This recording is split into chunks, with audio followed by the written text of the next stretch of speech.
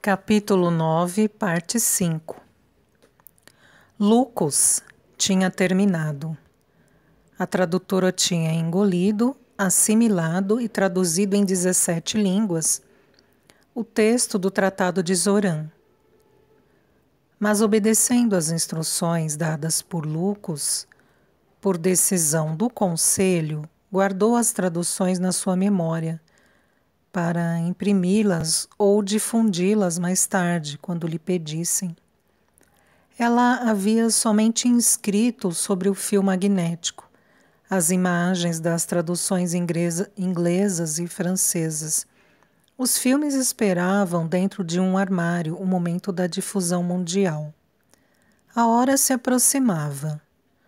Os jornalistas pediram para visitar a tradutora, a fim de poder descrever aos seus leitores e auditores a maravilha que havia decifrado os segredos da mais velha ciência humana. Na ausência de Lucus, que prosseguia no ovo, com Roitô, o levantamento fotográfico dos tipos gravados foi seu adjunto, o engenheiro Mourad, quem os guiou nos meandros da máquina. Hoover havia insistido para acompanhar e Leonova acompanhava Hoover. Em alguns momentos ele segurava sua mão miúda na sua manopla, ou então era ela que pendurava seus dedos frágeis a seus enormes dedos, e avançavam assim, sem prestar atenção, nas salas e nos corredores da tradutora, de mãos dadas como dois amantes de Gondalwa. Eis aqui, disse Mourad, o dispositivo que permite inscrever as imagens sobre os filmes. Sobre esta tela, as linhas dos tipos aparecem em caracteres luminosos.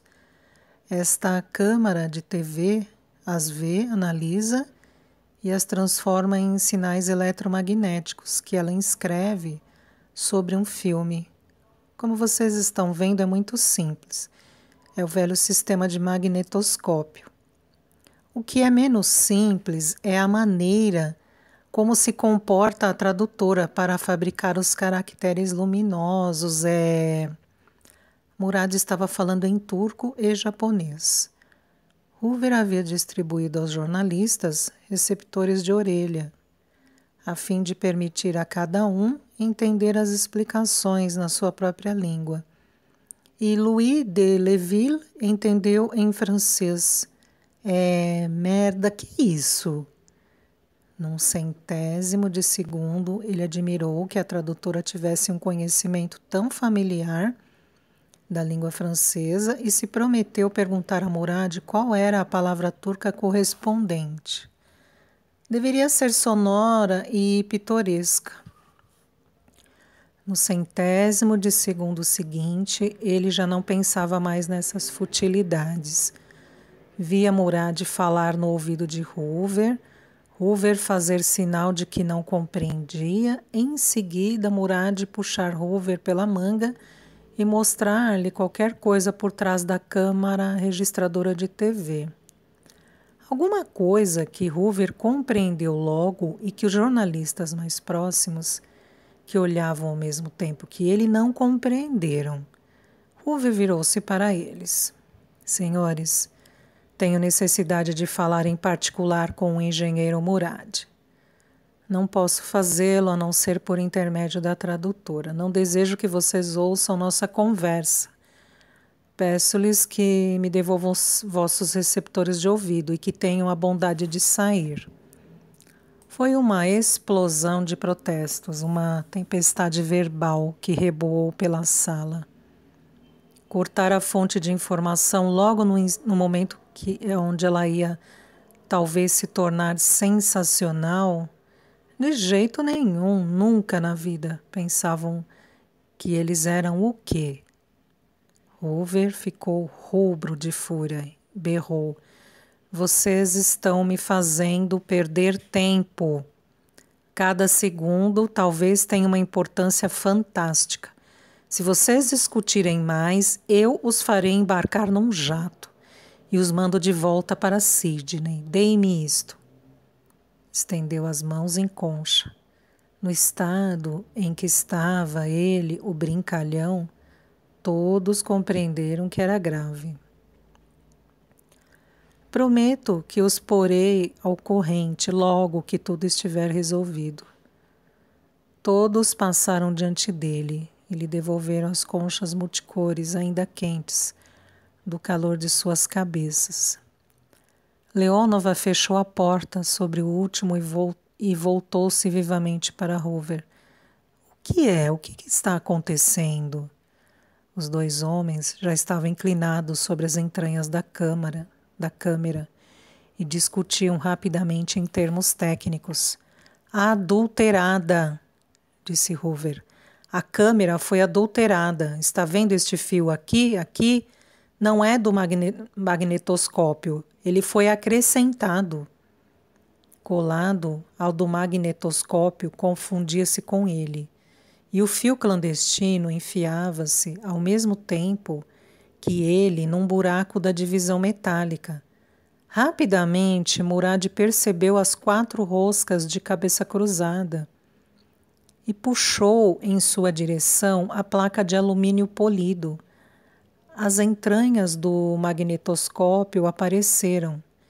Eles logo viram um objeto insólito, uma valise de tamanho médio, de falso couro ordinário, cor de tabaco. Um fio suplementar entrava nela e um outro saía, subia num esconso, furava o teto e encontrava, sem dúvida, através de um artifício astucioso, uma massa metálica externa que deveria servir de antena. O que é isto? Perguntou novamente Leonova, lamentando-se por ser apenas uma antropóloga ignorante de todas as técnicas. Um emissor, respondeu Hoover. Estava abrindo a valise. Ela revelava um admirável agenciamento de circuitos, de tubos e de semicondutores. Não era um canal radioemissor, mas sim uma verdadeira estação emissora de televisão, uma obra-prima de miniaturização. Num rápido olhar, Hoover reconheceu peças japonesas, tchecas, alemãs, americanas, francesas e admirava, contra a vontade, o extraordinário arranjo que conseguia ter, em tão pouco espaço, tanta eficiência. O homem que havia construído este emissor era um gênio. Ele não o havia ligado no circuito eletrônico geral. Uma pilha e um transformador lhe davam a potência necessária. Isto limitava sua duração e seu alcance. Não poderia ser recebido além de um raio de 1000 quilômetros. Hoover explicou rapidamente tudo isto a Leonova. Testou a pilha. Estava quase vazia. O emissor já havia funcionado. Incontestavelmente, havia emitido para um receptador situado sobre o continente antártico ou perto de suas costas as imagens de tradução inglesa ou francesa, ou talvez as duas. Era absurdo. Por que procurar clandestinamente traduções quando elas iam, dentro de algumas horas, ser difundidas no mundo inteiro? A lógica levava a uma resposta aterradora. Se um grupo, se uma nação esperava se assegurar a exclusividade do conhecimento, a equação de Zoran, ele ou ela tinha que tornar impossível, fosse como fosse, o conhecimento do Tratado das Leis Universais ou qualquer outra explicação da fórmula. Para isto, aqueles que haviam instalado o emissor e expedido para o desconhecido as imagens do tratado, deveriam igualmente, no momento imediato, destruir os fios magnéticos sobre os quais essas imagens estavam registradas. Destruir os filmes originais sobre os quais o texto gravado havia sido fotografado. Destruir o próprio texto gravado. Destruir as memórias da tradutora que guardava as 17 traduções. Matar Coban. Nossa! Exclamou Hoover. Onde estão os filmes? Murad os conduziu rapidamente para a sala dos arquivos. Abriu o armário de alumínio. Pegou uma dessas caixas em forma de biscoito, que, depois da invenção do cinema, servem de receptáculo para os filmes de todas as espécies e que são atravancadoras, incômodas, ridículas e que nunca foram melhoradas. Teve, como se tem sempre, muita dificuldade para abri-la. Quebrou uma unha, blasfemou em turco e blasfemou uma segunda vez quando conseguiu e viu o conteúdo. Era uma papa viscosa de onde subiam fumacinhas. Haviam jogado ácido dentro de todas as caixas. Filmes originais e magnéticos não eram mais do que uma pasta mal cheirosa que começava a escorrer pelos buracos das caixas, cujo metal, por sua vez, havia sido atacado e destruído. Com 1000 diabos! Exclamou Hoover, mais uma vez em francês. Preferia praguejar em francês. Sua consciência de americano protestante ficava menos atormentada. As memórias! Onde estão as memórias dessa máquina? Por um longo corredor de 30 metros, cujo muro da direita era de gelo filtrado, acolchoado, e o da esquerda constituído por uma grade metálica, onde cada malha tinha a dimensão de 1/10 de milésimo de milímetro. Cada cruzamento era uma célula de memória. Havia 10 milhões de milhares. Esta realização da técnica eletrônica, apesar da sua capacidade prodigiosa, era mesmo assim apenas um grão de areia ao lado de um cérebro vivo. Sua superioridade sobre o vivo era a rapidez, mas esta capacidade era o finito ao lado do infinito. Ao entrar no primeiro olhar, descobriram as incongruências que haviam sido acrescentadas à obra-prima. 4 caixas redondas, bastante semelhantes com as caixas dos filmes, 4 minas semelhantes às que defendiam a entrada da esfera, 4 monstruosos horrores grudados contra a parede metálica, seguros a ela por seu campo magnético, e que iam pulverizá-la com toda a tradutora. Se tentassem arrancá-la, ou talvez mesmo só pelo fato de alguém se aproximar delas. Disse um palavrão. Gritou Hoover. Você tem um revólver? Dirigia-se a Murad. Não. Leonova, me deu o seu, mas... Ora bolas, você acha que este é o momento de discutir? Leonova estendeu sua arma a Murad. Feche a porta, disse Hoover. Fique na frente, não deixe entrar ninguém e, se insistirem, atire. E se isto explodir? Perguntou Murad. Bem, você explodirá junto, e também não será o único. Onde está este cretino do Lux? No ovo. Vem, irmãzinha. Arrastou-a na velocidade do vento, que soprava do lado de fora.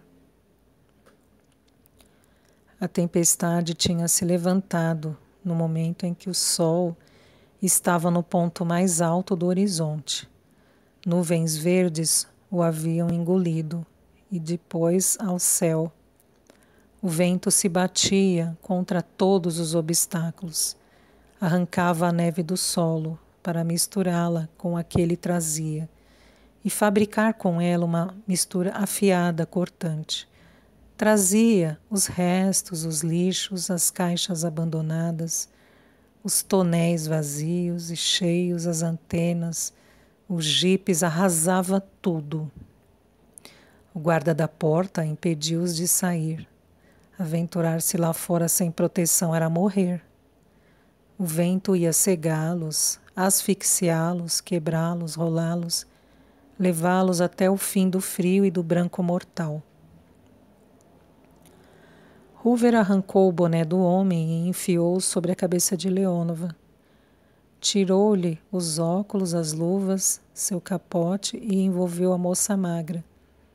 Empurrou-a sobre uma plataforma elétrica, carregada de tonéis de cerveja, e apontou seu revólver sobre o guarda. Abra! O homem aturdido apertou o botão de abrir. A porta correu. O vento lançou um clamor de neve turbilhonante até o fundo do corredor. A plataforma paciente e lenta entrou na tormenta. Mas você, gritou a voz aguda de Leonova, você não está protegido. Eu, respondeu a voz grossa de Hoover no meio da tempestade, tenho minha barriga. Na frente e atrás dele, tudo era branco. Tudo era branco. À esquerda, à direita, na frente, atrás, em cima, embaixo. A plataforma afundava num oceano branco que se deslocava berrando, como 1000 carros de corrida. Hoover sentiu a neve grudar no seu rosto, petrificar-lhes as orelhas e o nariz. O edifício do elevador estava a 30 metros bem em frente.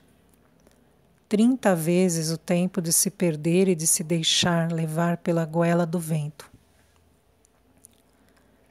Era preciso manter a plataforma sob uma trajetória retilínea. Ele não pensava senão nisto. Esqueceu seu rosto, suas orelhas e nariz, a pele do seu crânio que começava a gelar, sob seus cabelos cobertos de neve, 30 metros. O vento vinha da direita e devia desviá-los. Apoiou em direção ao vento e, de repente, pensou que o óleo do seu revólver iria gelar e travá-lo durante horas.